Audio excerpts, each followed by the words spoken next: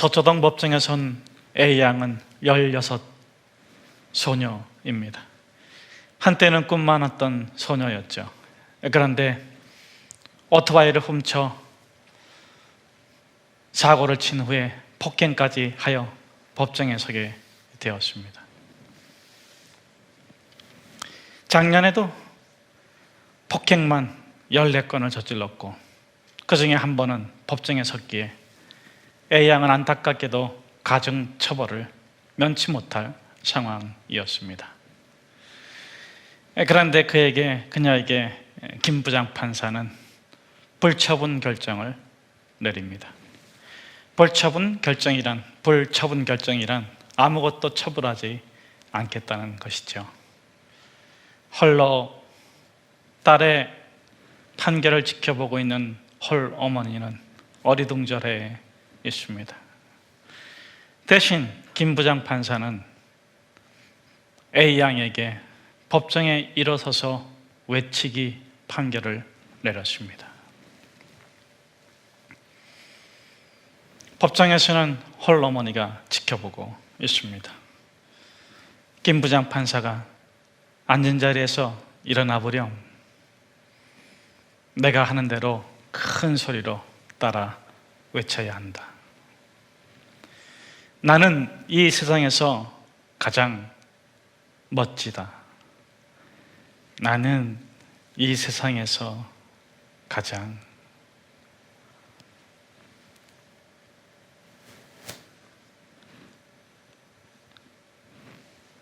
더 큰 소리로 따라해요. 나는 무엇이든지 할 수 있다. 나는 무엇이든지 할 수 있다. 나는 이 세상에서 두려울 것이 없다. 나는 이 세상에서 두려울 것이 없다. 나는 이 세상에서 혼자가 아니다. 나는 이 세상에서 혼자가 A양은 꾹꾹 눌러 참았던 울음을 서럽게 터뜨리고야 말았습니다. 무엇 때문에 김 부장판사는 법정에 서서 외치기 판결을 내린 것일까요? A양은 가정이 어려웠습니다. 가난했습니다. 아버지가 없습니다. 하지만 작년 초까지도 열심히 공부하고 열심히 일했습니다. 성적도 좋은 편을 유지하며 장래 간호사가 되어 아픈 사람을 돕겠다는 꿈을 위해서 정말 아름답게 한바구음처럼 살아갔습니다. 그런데 그만 작년 초 귀갓길 여러 명의 남학생들에게 붙잡혔습니다. 끌려갔습니다. 폭행을 당했습니다. 삶이 성들이째 깨어졌습니다. 가난하지 않아도 깨어졌을까? 아버지만 있어다 한들 그 삶이 깨어졌을까? A양은 트라우마에 시달리며 병원에도 여러 번 갔습니다. 홀 어머니도 결국 정신과에 갔지만 신체의 일부가 마비되는 고통을 겪고 있습니다. 트라우마에서 벗어나지 못한 소녀는 트러블 메이커가 되었습니다. 학교를 걷돌더니 비행 청소년들과 어울려 무려 14건의 사고를 치고 폭행을 하게 된 것입니다. 판사는 말을 이어갑니다. 이 소녀는 가해자로 법정에 서 있습니다. 그러나 이 소녀가 이렇게까지 걸어온 삶의 길을 알고 있는 사람이라면 과연 이 소녀에게 가해자라고 말할 수 있을까요? 피해자가 아니겠습니까? 오히려 가해자는 이 소녀를 멀리서 바라보는, 당연하다고 바라보고 있는 저와 여러분들, 우리가 가해자입니다. 특별히 우리 그리스도인들은 용서를 가장 중요시 여기고 있습니다. 아마도 그것은 어쩌면 이기적이기 때문에 그렇습니다. 리처드 칼슨은 이렇게 말했습니다. 용서는 가장 위대한 사랑이다. 왜 사람이 용서를 해야 되는가? 왜 우리가 용서해야 되는가? 그런 아픔을 겪은 두 엄마의 입을 통해 증언합니다. 어린 아들이 납치당하고 못된 길로 생을 마감했습니다. 그 엄마의 말입니다. 그때 내가 절망에 빠져 용서하지 않았다면 술과 마약으로 내 인생을 망쳤을 거예요.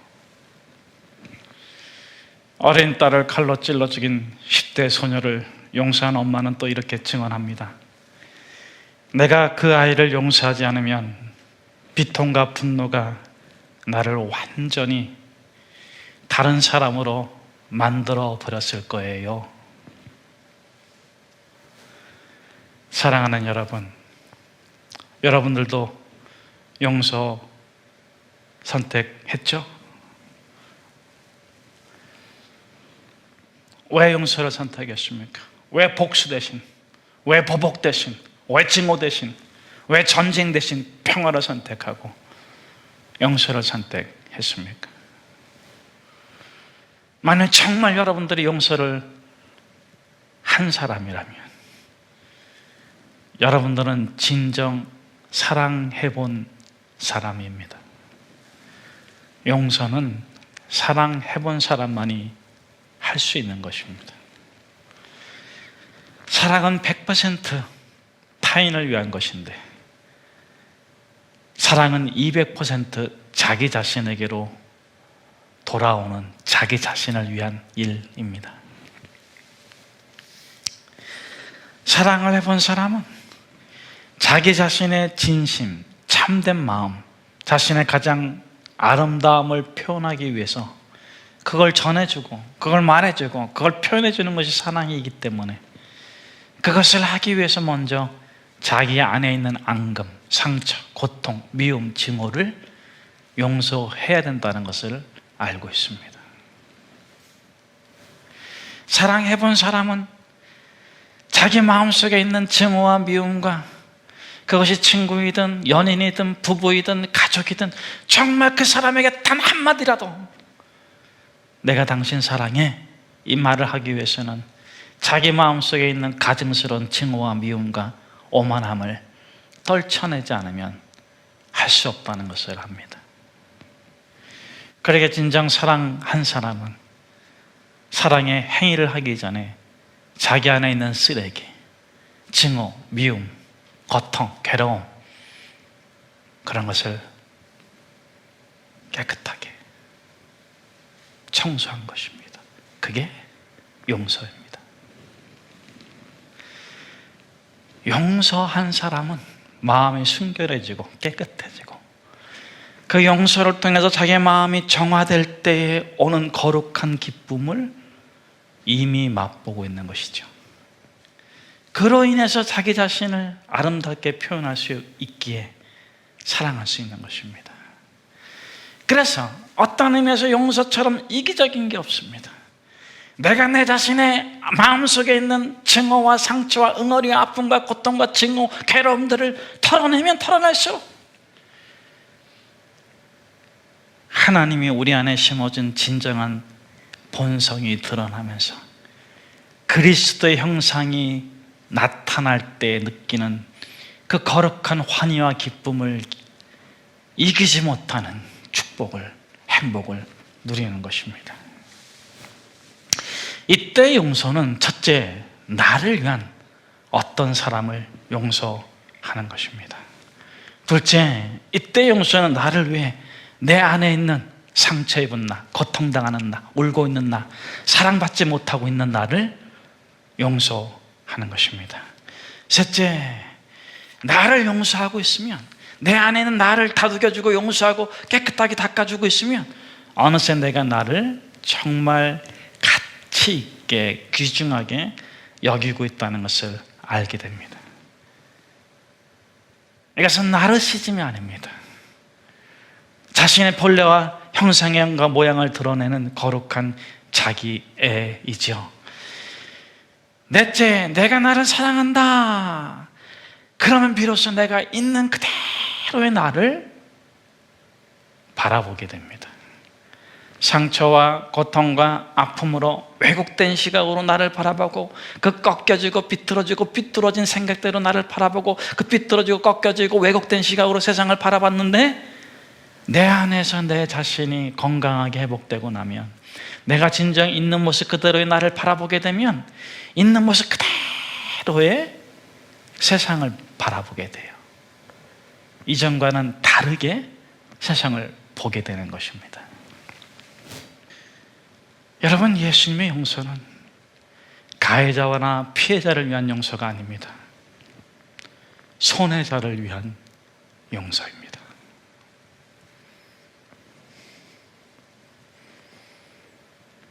여러분, 예수님은 십자가에서 구원을 하시는 게 아닙니다. 용서를 하시는 거예요. 마지막 순간 예수님의 십자가 달렸을 때 왼편 강도와 오른편 강도가 있잖아요. 여러분, 이 왼편 강도와 오른편 강도의 차이가 뭡니까? 왼편 강도는 구원을 요구하고 있습니다. 용서를 요청하는 게 아니에요. 너가 나를 구원해 주라 이거예요. 너가 메시아가 나를 이 십자가에서 내려달라 이거예요. 그러나 오른편 강도는 뭡니까? 구원을 요구하고 있지 않아요. 용서를 요청하고 있어요. 당신만이 나를 용서해 준다면, 당신만이 나를 용서해 준다면 내가 지옥에 가도 내 마음이 행복할 것 같아요. 메시아요, 나사렛 예수요, 당신이 나를 용서해 준다면 내 영혼이 영원히 게hen나에 떨어져 고통을 겪을지라도, 그렇게 갈갈이 찢겨져 나갈지라도 나는 정말 평안할 것 같습니다. 나를 용서해 주십시오.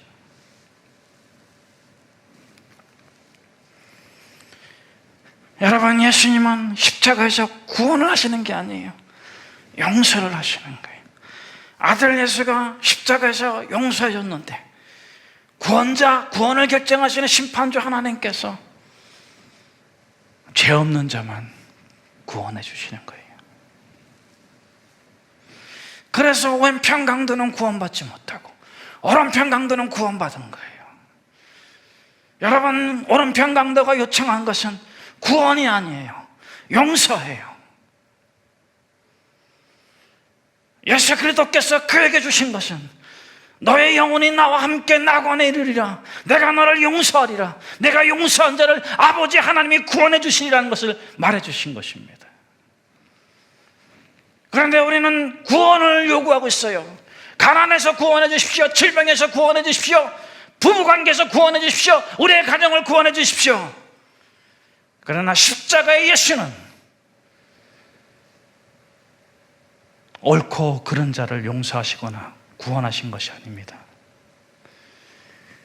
자기 자신을 회개하신 거예요. 예수님은 누가 가해자인가, 누가 피해자인가를 묻지 않으시는 것입니다. 누가 손해를 받는가, 누가 죄 때문에, 누가 어둠 때문에, 누가 악한 때문에, 누가 영생을 잃어버렸는가, 누가 살아야 될 생명을 빼앗겼는가, 그 생명을 빼앗긴 손해자들을 위하여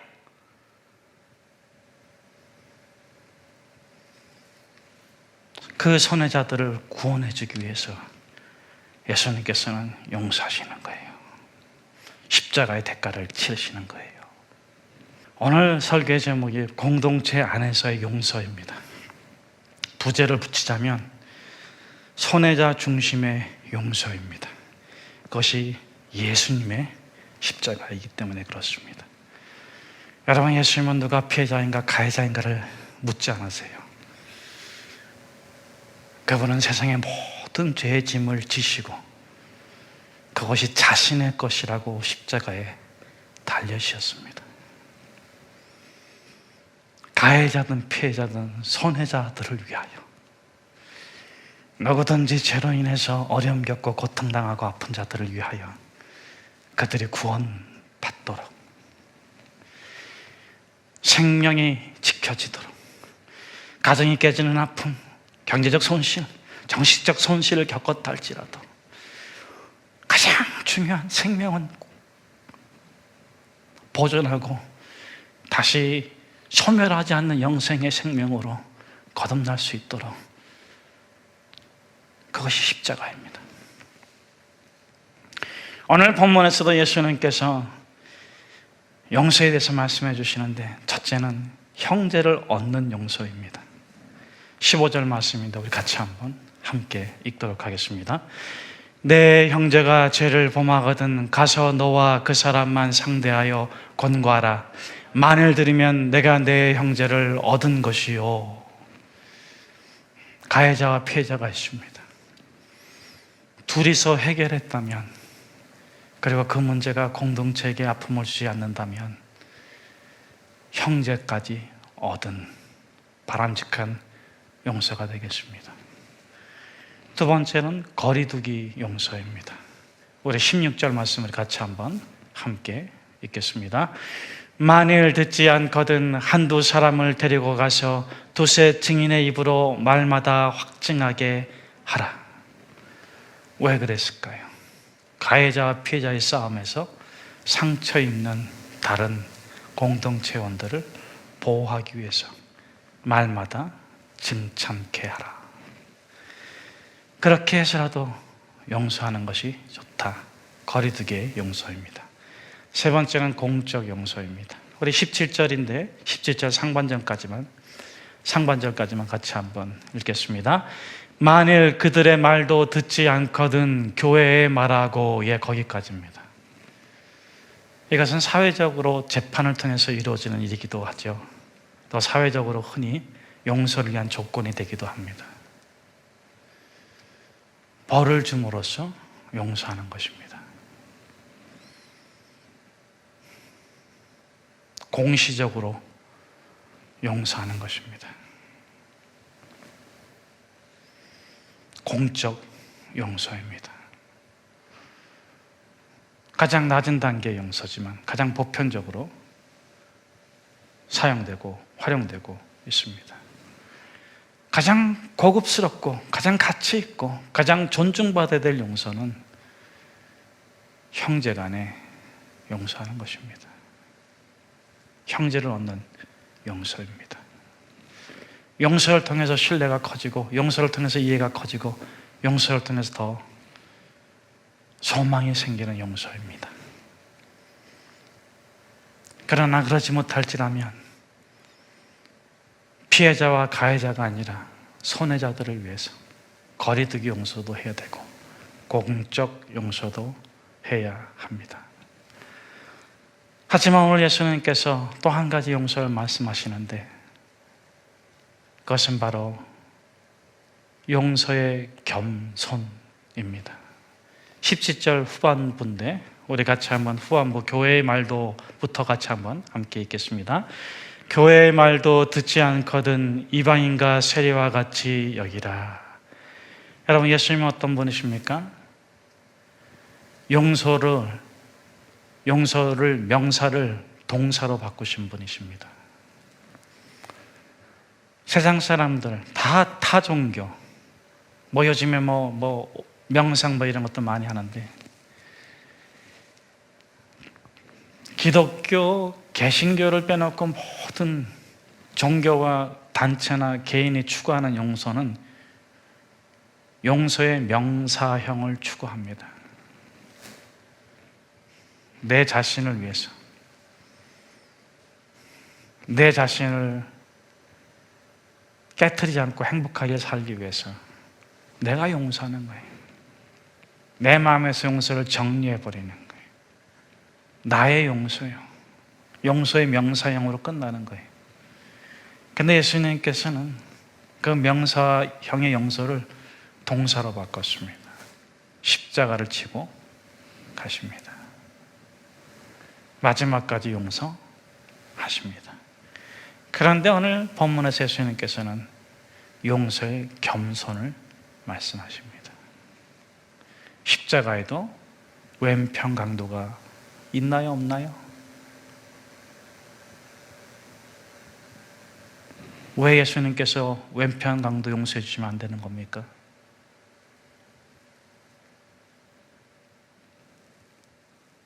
아니, 거기까지 갔는데 말이죠.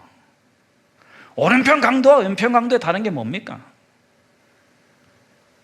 그런데 예수님께서는 거기서 오늘 본문의 말씀에서와 같이 용서의 겸손을 동사로 행위하십니다.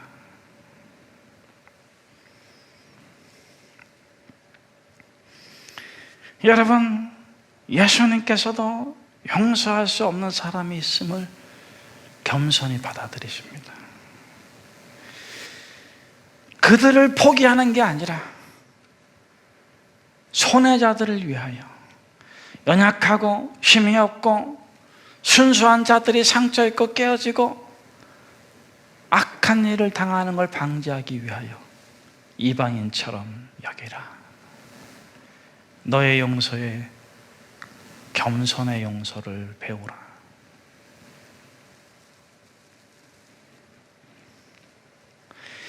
여러분, 예수님께서 십자가상에서 고통을 겪으시는데 그 고통은 어떤 고통입니까? 용서를 위한 고통이지만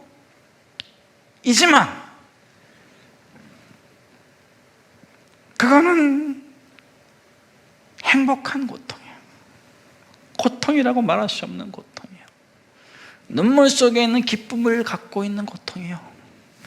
그러나 예수님께서 정말 고통스러운 것은 용서할 수 있음에 불구하고, 강제로 구원할 수 있음에 불구하고, 강제로 천국에 넣을 수 있음에 불구하고 전능하신 하나님이신 예수님께서 이 왼편 강도를 강제로 억지로 천국에 넣을 수 있음에 불구하고 넣지 않으시는 겸손의 고통인 것입니다. 사랑하는 언너리 비전교회 성도 여러분, 우리는 왼편 강도가 될 수도 있고 오른편 강도가 될 수도 있습니다. 어떤 사람이 되기를 원하십니까? 구원을 요구하는 사람이 될 수 있고 용서를 요청하는 사람이 될 수도 있습니다. 어떤 사람이 되시렵니까? 우리는 왼편 강도로 될 수도 있고 오른편 강도로 살아갈 수도 있지만 우리는 오른편 강도의 삶도 버리고 왼편 강도의 삶도 버리고 용서의 명사를 용서의 동사로 바꾸는 십자가를 지고 가는 예수의 제자로 살아갈 수도 있습니다. 필요할 때만 예수님께 나와서 부르짖고 간구하고 구원하거나 구원을 요청하거나 용서를 요청하거나 도움을 요청하는 자가 아니라 함께 울고 함께 아파하고 함께 고통하고 함께 예수님과 동행하면서 예수 그리스도의 팔로, 예수 그리스도의 눈으로, 예수 그리스도의 코로, 예수 그리스도의 심장으로, 예수 그리스도의 발로